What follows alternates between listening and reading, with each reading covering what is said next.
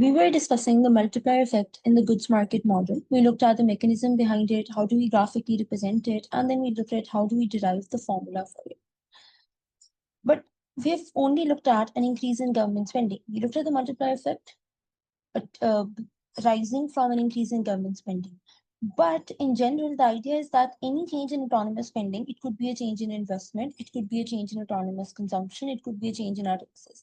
It will have the same qualitative effect where it doesn't just have to be government spending. If you change any autonomous spending component, it will change output more than its direct effect on autonomous spending.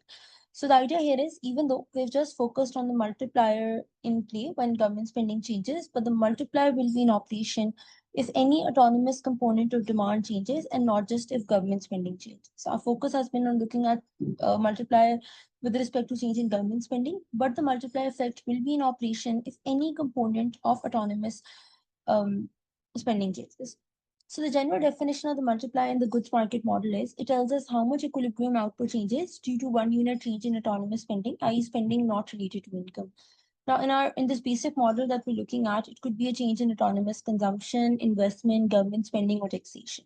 So far, our focus has been only on the multiplier effect due to change in G, but you will have the multiplier effect if any component of autonomous spending changes. Now, if the multiplier is 2, it means that if autonomous spending changes by 1 unit, equilibrium output will change by 2 units. The original 1 unit is multiplied into a bigger amount, 2 unit, and we know in this simple goods market model, this multiplier effect exists because consumption is a function of income. We've looked at this in detail when we were discussing the mechanism of the multiplier. If you go back, so we've looked at this in detail when you were discussing.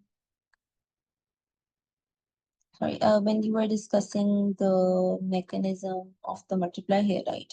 So we discussed this in detail, that why the multiplier effect exists, because C is a function of Y, you have these indirect effects.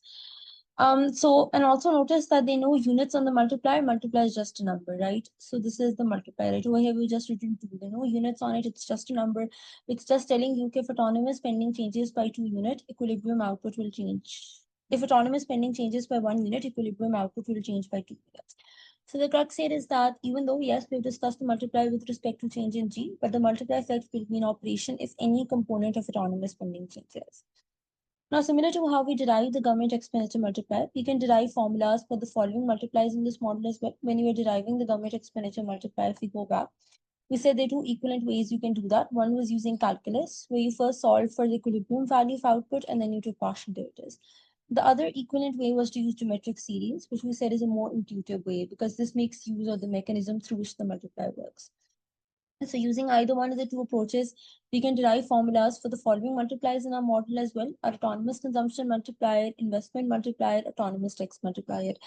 Notice something here, the tax multiplier is negative, and that makes sense because raising taxes will lower equilibrium Y, and lowering taxes will increase equilibrium Y, and hence it's negative.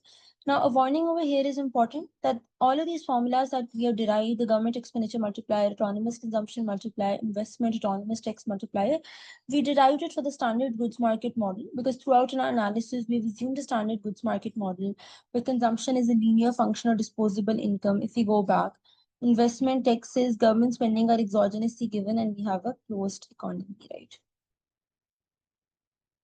So basically, so the formulas that we see over there, those formulas hold in a standard goods market model where we assumed a linear consumption function, investment, taxes, and government spending is exogenously given in a closed economy, right? So these formulas have been derived under certain assumptions using either calculus or geometric series, whichever way we would want to use.